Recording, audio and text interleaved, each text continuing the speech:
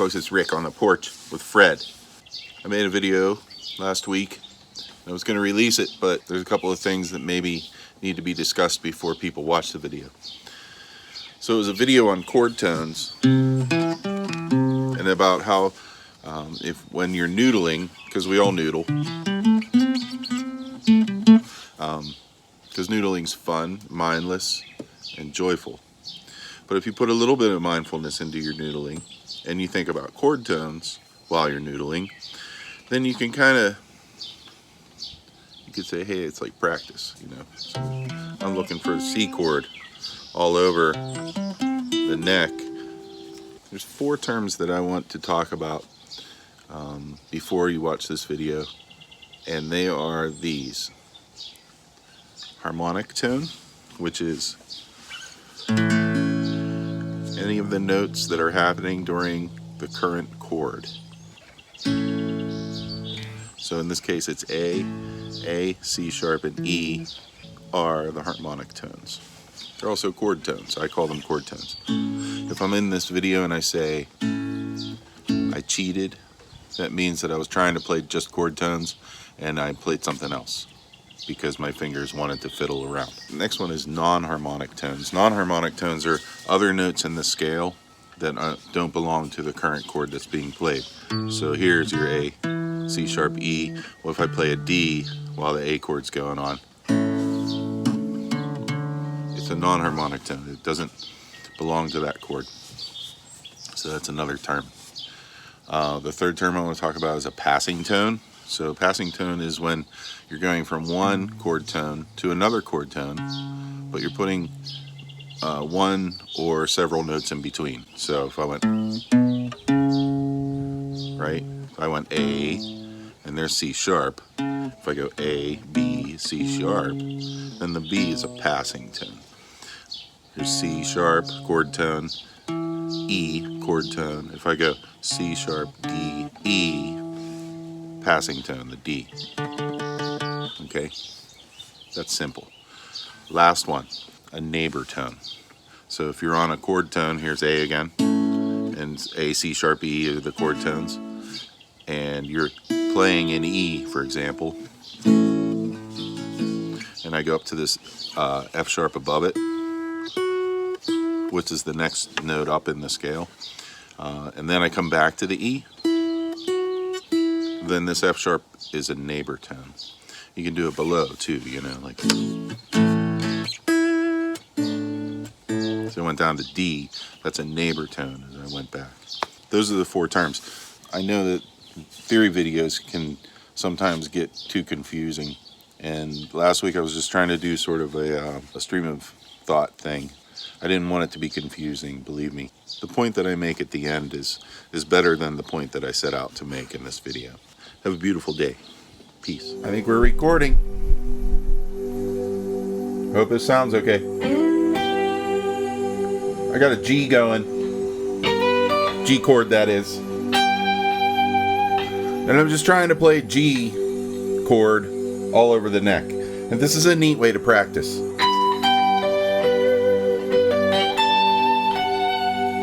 And that's not G, but that's G9 and G major 7. So, still G. And that was a passing tone, going from here to here.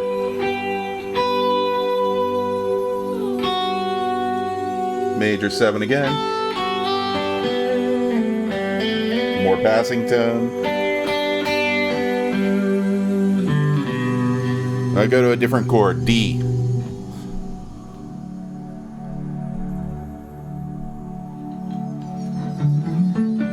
Okay, that was cheating.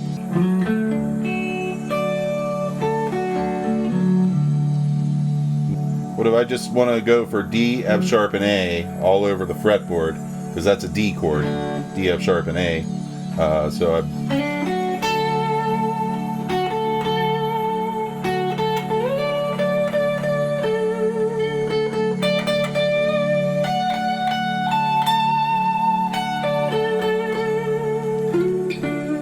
You're teaching yourself the shapes of these chords as you go. Oh, I cheated. Try to be real strict. Stay with the D, F sharp, and the A.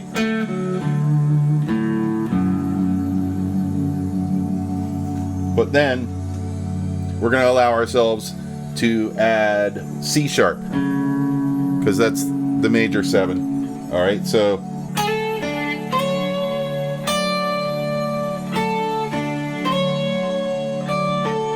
we have a melody.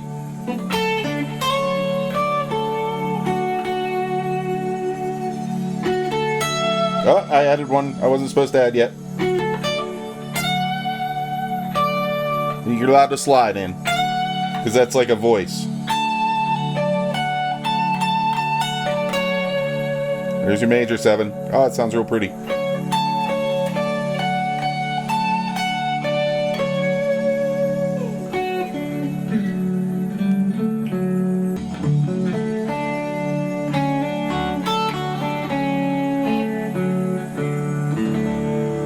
Now I'm going to allow myself to add the E, which is the 9th. So we have the root, 3rd, 5th, major 7, and the 9. And that sounds like this.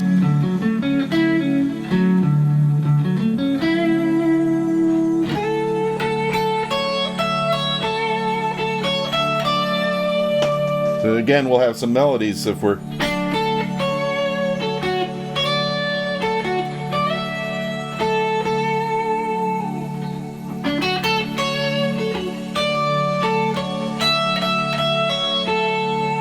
So we're all in the chord here. We have the 3rd, the F sharp, the 5th, the A, and the 7th, the C sharp, up to the 9th, and the root again.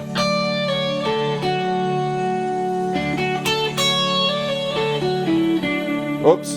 No, I'm allowed to do that.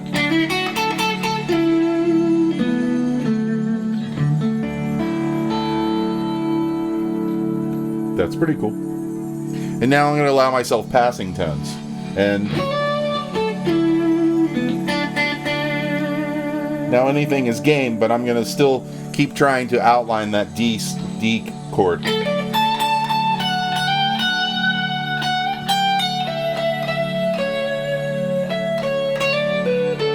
And then you start to find things that sound good. You know, like if you're on that 3rd, that F sharp, it sounds good to go up to the 4th, just as a half step, you know.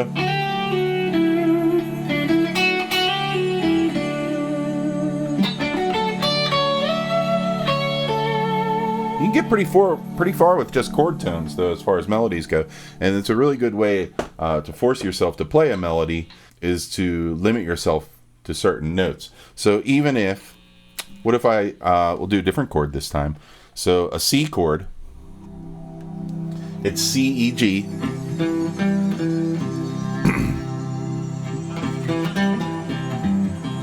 Right?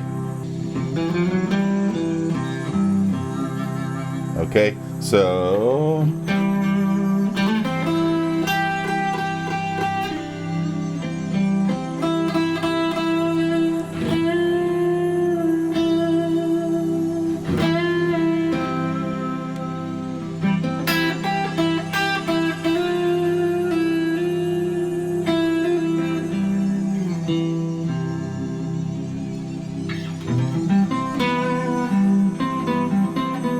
Okay, so what I'm going to do now is I'm going to play only 3rd, 7th,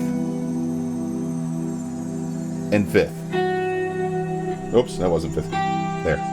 So it's 3rd. Just 3 of the notes. And they all belong to this chord.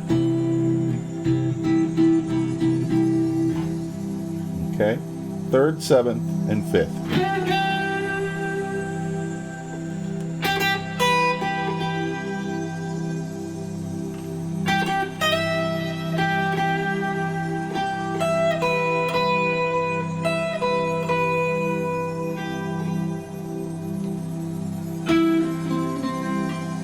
Whoops, I put in the root.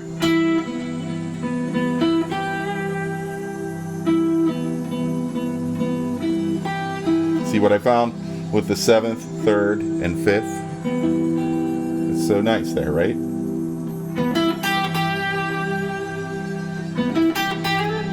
Oh, I allowed myself to go up to the 6th.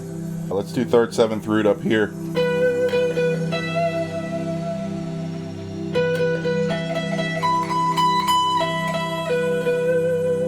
So that was neat. I just grabbed 3 of those notes from the chord. What if I do the root? I give myself a little bit of a break. The root, the 9th, and the 5th.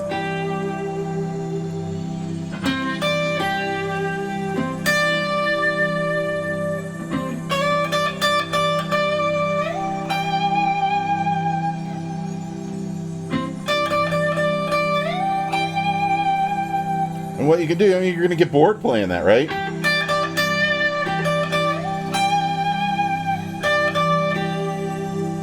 So give yourself one more note, and it's like magic.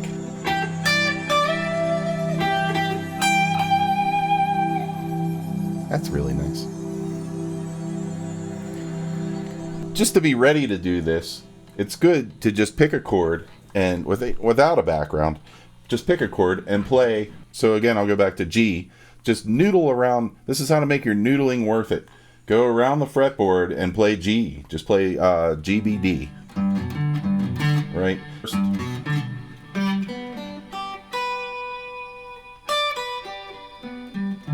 But that sounds like an exercise. Sounds like one I need to do, actually.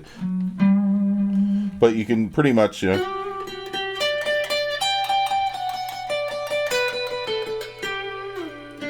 I cheat right away. I can't do it.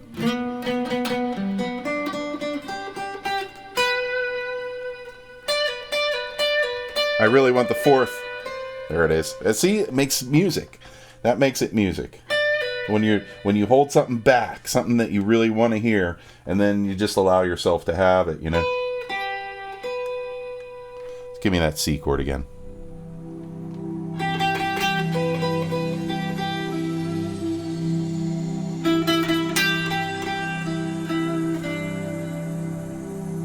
See, there's the tension right there. That note doesn't quite fit.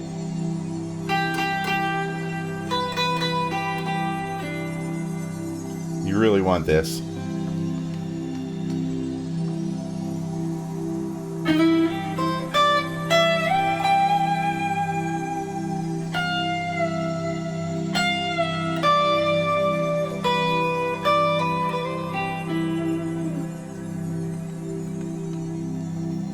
Okay, that's it. That's it. I'm not going to go on forever because I can go on forever. But hey, try that out. Learn all your chords up and down the neck better than I know them. Here's E.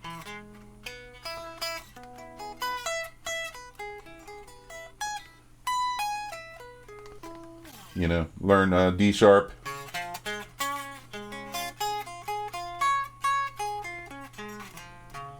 I'm so sloppy.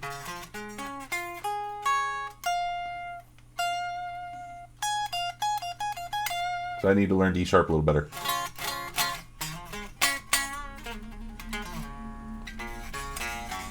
Ooh, F sharp.